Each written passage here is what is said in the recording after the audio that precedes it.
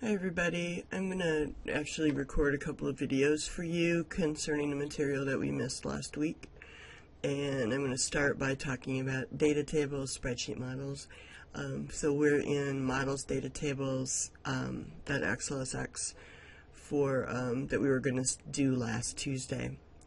So I just want to talk about a few things here. I'm sure you've done the pre-lab and you may have even tried the in-class business model, but I want to talk about the structure a little bit for how to do these. One of these is, the first one that we're going to do here is a one variable data table. And by one variable, I mean we have one column of variables. And so this particular one starts off with 100. Whoops, it would help if I went to the right cell. And if we go to in increments of 10,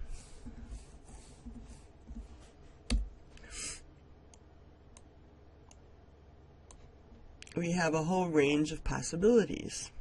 Okay, so notice how this color here matches this color. And we did that on purpose because we wanted to show you where things should go. So in this very first column here in this structure, I have actual variables. Okay, those variables will correspond to whatever should go here. So let's kind of go ahead and say that I've got excellent grades on my graded modules so far, and actually those aren't excellent, but oh well. And so that's what I've got for my graded modules. I've got 40 points so far in the course, and what I need to do is figure out what my total is going to be. And that's going to be a sum function. And I'm going to include everything but knowledge checks here.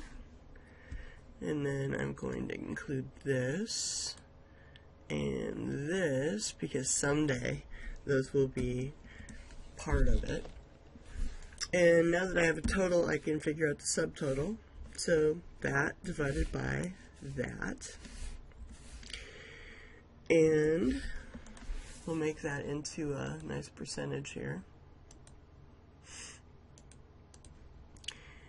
And then finally I can go find the grade. So this is just a pretty typical model where we're going to go and see a scenario. And what do you think I should do to go find that grade? This is a nice review. If you're looking at a sheet and you see something organized in a nice little list like we have right here, that's definitely going to be some sort of a lookup. For graded module 3, I was talking to a lot of students when I was in office hours, and I saw a great urge to use nested ifs in situations like this. Think of it this way: nested ifs in a situation like this can be replaced by a lookup, because the last argument, for example, true or false in a lookup, actually tells the lookup to look for things in a certain way, like you would express it in a nested if. So if we said less than or equal to 60% is an F, less than or equal to 63% is a D minus, sorry, less than 63% is a D minus, etc., etc. You would know that we could do a nested if that way, a very long one. A very long one, because this has 13 in it, and so we'd have to have 12 nests.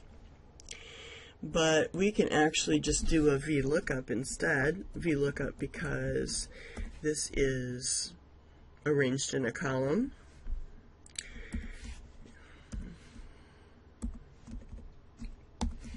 Obviously I can't type or speak. Okay, so VLOOKUP, we're looking up to percentage, and I'm going up here to select my range, which is called scale.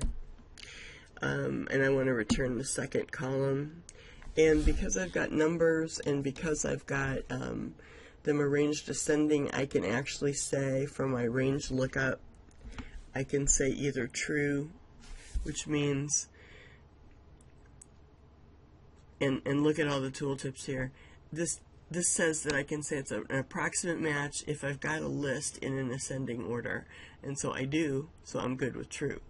Okay, so I'm going to go ahead and say true here and close it. I don't have to anchor anything, I don't have to do anything else. I'm not going to copy it, so be aware that I don't really need to do a whole lot with it. Now, that data table. If we do a data table, what we're actually doing is we are showing a whole result of a what if at once. So I could sit here all day long and type in 100 and say, okay, or, ooh, that's not a good grade. Let's go with 200. Oh, that's better. But what if, you know, this is hard stuff. What if I only get 150? Well, I can live with that. You can do that all day long, and that's time-consuming, and you can't see anything but one result at a time. But for this, we get to see more than one. And how you set it up is column of variables. Above it, you have an empty cell. And then the row, remember, we're dealing with a table area here. Remember, I kind of ranted about table areas before. Excel looks at them. You need to look at them in their own location. This is our table area. So across the top row of the table area, underneath, or above, sorry, where we want to print our results, we're going to reference the formulas. And so we're going to reference the formula there, and we also want to reference the letter grade. And why? So that Excel knows where to go look for the results. So these are called result cells. So we got variables, we've got the formulas we want to look at, and then we've got result cells. So the hardest part, people have told me, is trying to figure out what to tell the dialog box.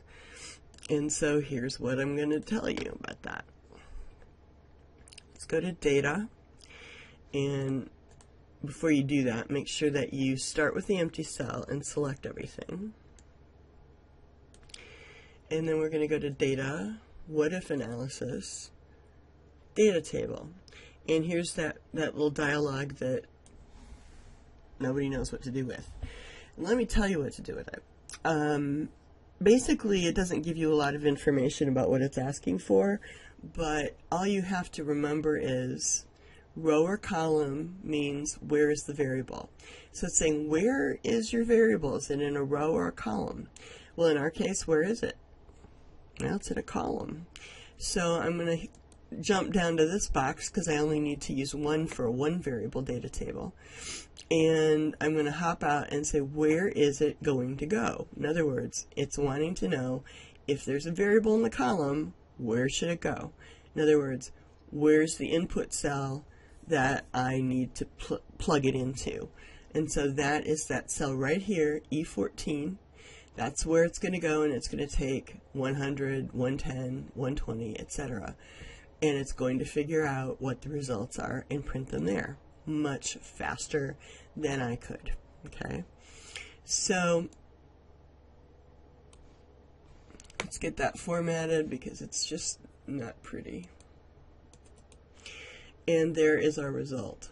Okay, all at once. So really, this has nothing to do with it. It's just this part that you need to pay attention to.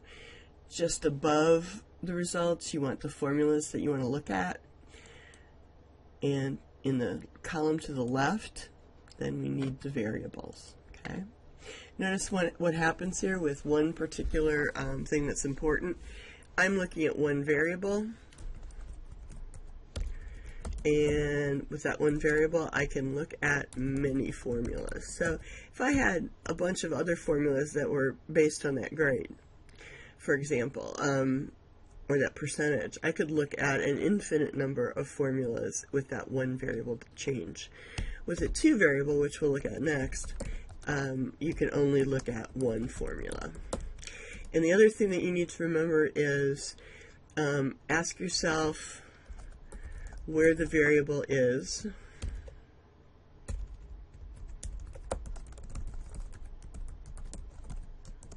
row or column, and then ask yourself where it goes. Okay, those are the two main questions that you're going to have to ask in order to successfully figure out a data table. We're going to do an example. So what I want you to do is insert a new worksheet. We're going to do an example that will involve a little bit of a review.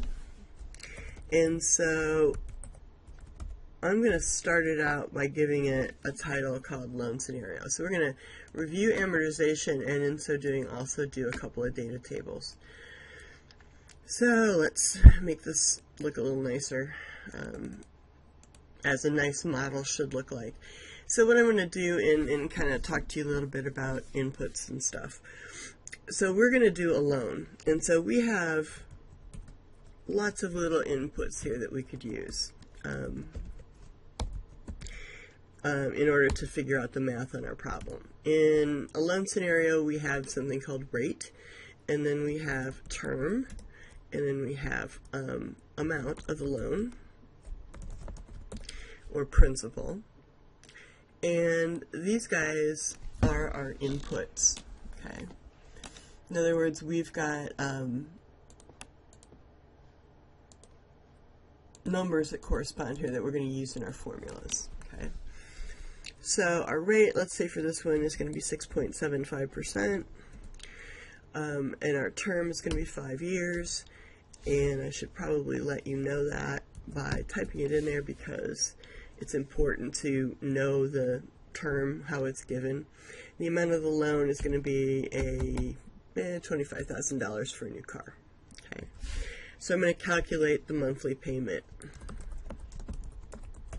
And that monthly payment function should be, that's right, PMT. Okay. So PMT is going to reference the input rate over here. And because it's a monthly payment, I should divide it by 12. And then it's going to reference N per, the number of periods in the loan, which then should be multiplied by 12 because I've given the rate, the term in years. And then finally, the amount of the loan. And, sorry about that. See what happens when you can't type? Okay. Now just to remind you here, I've got a negative number here, and what I need to remember is, in this case, the cash flow is negative. That's why it's coming up negative, but I want, from the point of view of me as the bank figuring this out, it's negative to me. Therefore, I'm going to make that negative. Okay? So there's one nice little calculation in a model. These are inputs, variables, if you will, that could be variables, and here is our outcome, which is based on a formula. So one of the things that I could do is I could vary some of these things. I could vary more than one thing, and in fact I'm going to vary two things. One of them I'm going to do is I'm going to vary the term. So let's say I go from 5 to 7 years in half-year increments. I'm just going to type 2 of those and copy it down. Okay. So there is one set of variables. I could also vary the interest rate. You can shop banks and go figure out different interest rates. So I'm going to start with 5% interest, and then I'm going to vary that in 0.25%, increments. And I'm going to go up to, let's see where this ends up.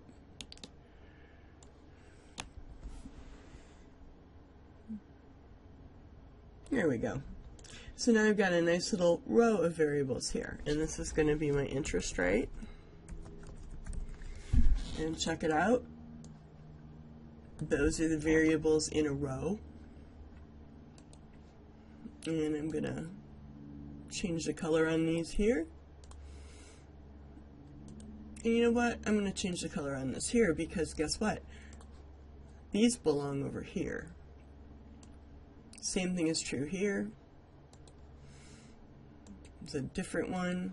These belong here.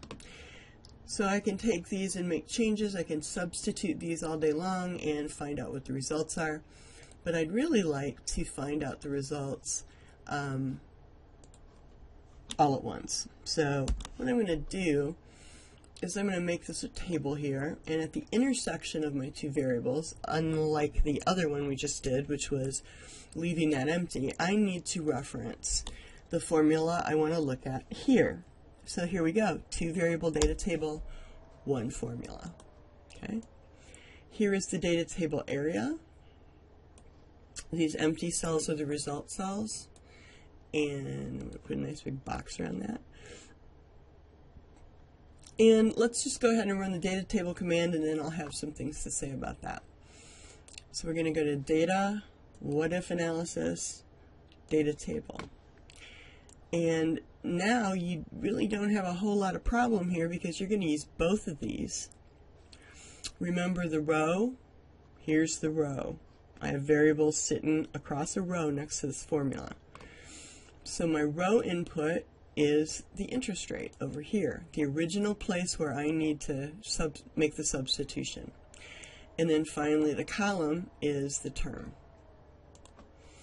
And there we go. Okay, nice, beautiful, all at once data table, which I'm going to go ahead and, format correctly, sorry.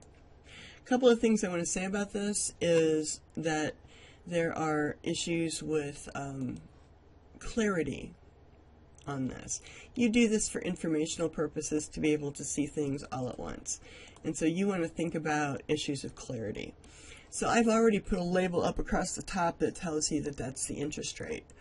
That's awesome, but the rest of this is kind of confusing. So what I want to do is try to give you a really cool way to just, sorry, let me increase decimals on this or else it's misleading. Here we go. So look at this. This little number hanging out here in the middle of nowhere is kind of misleading and confusing. So what I want to do is I want to use this cell to label what's in this cell, these cells. So I've got interest rate up here, no problem, but it's hard to label this set of variables. So what I'm going to do is I'm going to do something called a custom format. And this is exactly something that we'd tell you to do on the exam, and so pay attention. You can do a custom format by selecting the cell and then clicking custom in the format cells dialog. You can get to the format cells dialog by right clicking or going up to the ribbon. And then what I'm going to do is just simply erase what's there. Oh, but before I do, can I just point something out? See what's happening here? This looks like a bunch of mishmash here, but this is the symbols that it needs to be able to print the results. So this is a custom format.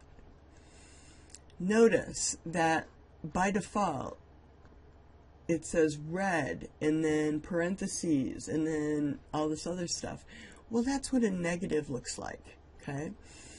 And this was how the positive would look. So this is a particular way that a number can appear. We're going to actually not make it appear as a number at all.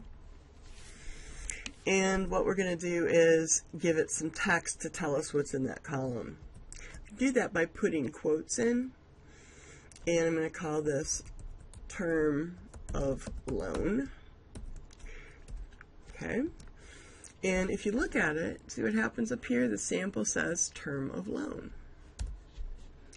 And check it out. But also check out that it still equals B7 up here. Now let me tell you something real quick.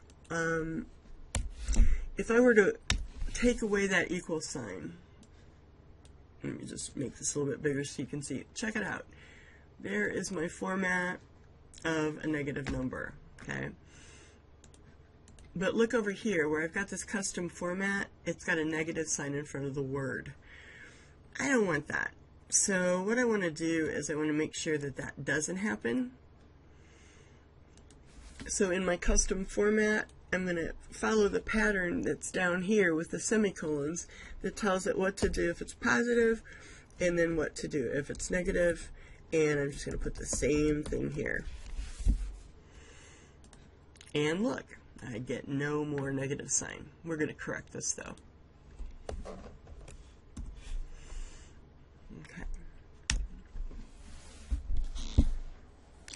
So there's my 2 variable data table, and it's got 1 formula. And there's the structure. So those are the 2 kinds of data tables that you could have. And what I want you to try is, if you've tried this with me, I'd like you to create an amortization table. And this is your problem that I'm going to give you to work on. Remember, an amortization table starts out with a payment period. And that is the per argument in some of the functions. We've got a beginning balance. We've got principal payment. We've got interest payment. And then we've got ending balance. And so, just a quickie, I'd like you to construct this, but I would like you to, and I'm sure you remember how to do this, we're going to use the PMT, the PPMT, and the IPMT functions. We're going to subtract beginning balance and take away the PPMT result for our beginning balance, and then our ending balance, and then this is going to be equals whatever happens up here. Okay, so that's equals E13 in this case.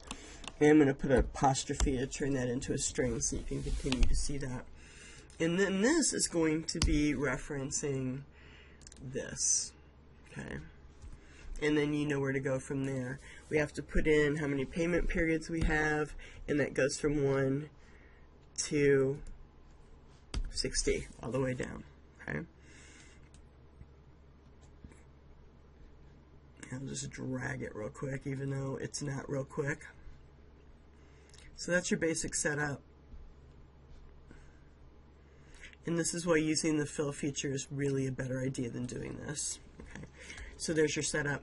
What I want you to do is I want you to figure out total interest paid.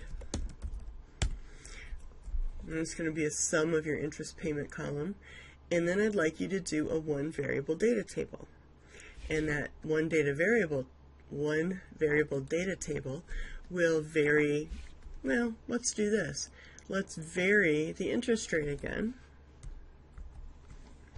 I'm just going to go over here and get that started for you. Notice I copied it, and check it out. I can actually transpose it right over here using the right-click menu. So I transposed it. There's 1, empty. And guess what? I can look at the payment amount, and I can also look at total interest paid. Okay? And that's where the variable goes. All right? So I want you to try that on your own, and then when we get together on Tuesday, I can actually go over this with you. Thank you. I'm going to stop recording now and then start another video.